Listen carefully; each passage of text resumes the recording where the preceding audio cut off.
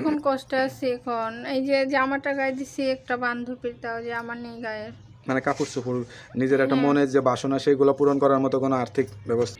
মা বাবা বিয়ে দেবে, ভালো ছেলে পাইলে সুন্দর, তারপরে আমাদের পাশে দাঁড়াইলে এখন এই কষ্টের সময় সেরকম মানুষ পাইলে দিবে বিয়ে। আমরা তো গৃহস্থ পরিবারের মেয়ে। হ্যাঁ, গ্রামের বাড়ি কোথায় আপনার?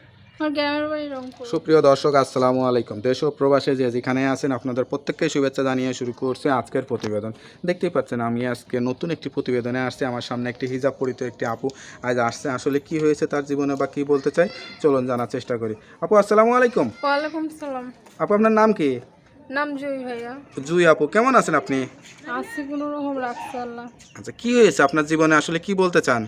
দেশ সংসারটা অনেক কষ্টে চলে, বাবা রিক্সা চালায়, আচ্ছা, আর আমরা 4টা ভাই বোন, আম্মু মানুষের বাসায় কাজ করে।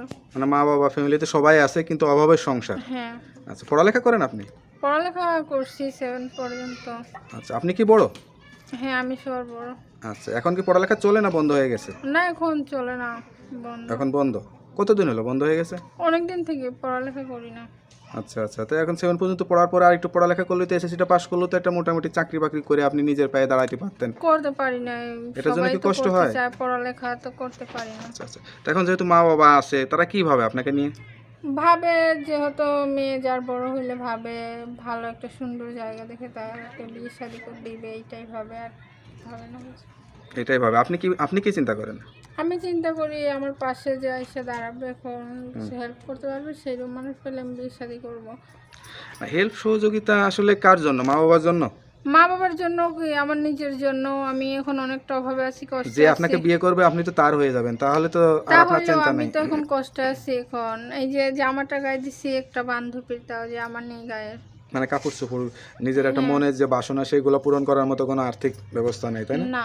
আচ্ছা আচ্ছা, তো মা বাবা কি বিয়ে দিতে চায়? মা বাবা বিয়ে দেবে, ভালো ছেলে পাইলে সুন্দর, তারপরে আমাদের পাশে দাঁড়াইলে এখন এই কষ্টের সময় সেরকম মানুষ পাইলে দিবে বিয়ে। আমরা তো গৃহস্থ পরিবারের মেয়ে। হ্যাঁ, গ্রামের বাড়ি কোথায় আপনার? আমার গ্রামের বাড়ি রংপুর। রংপুর।